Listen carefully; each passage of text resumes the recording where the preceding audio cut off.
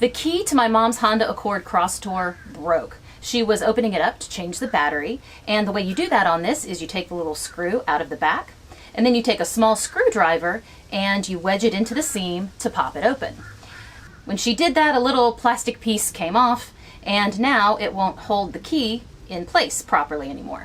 Now, at first we thought we were going to have to get her a whole new key, which was going to be expensive and time-consuming, but turns out you can buy just the plastic casing online. I ordered this off of Amazon for about $7, and all you got to do is just take everything out of the old casing, pop it into the new casing, and don't forget to change the battery while you're at it.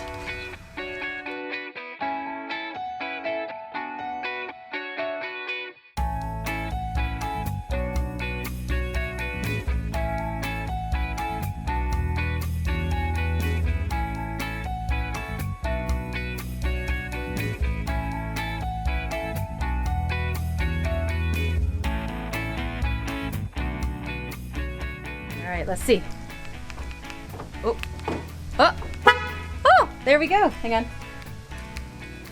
Well, your panic button doesn't work. You ever had to use your panic button before?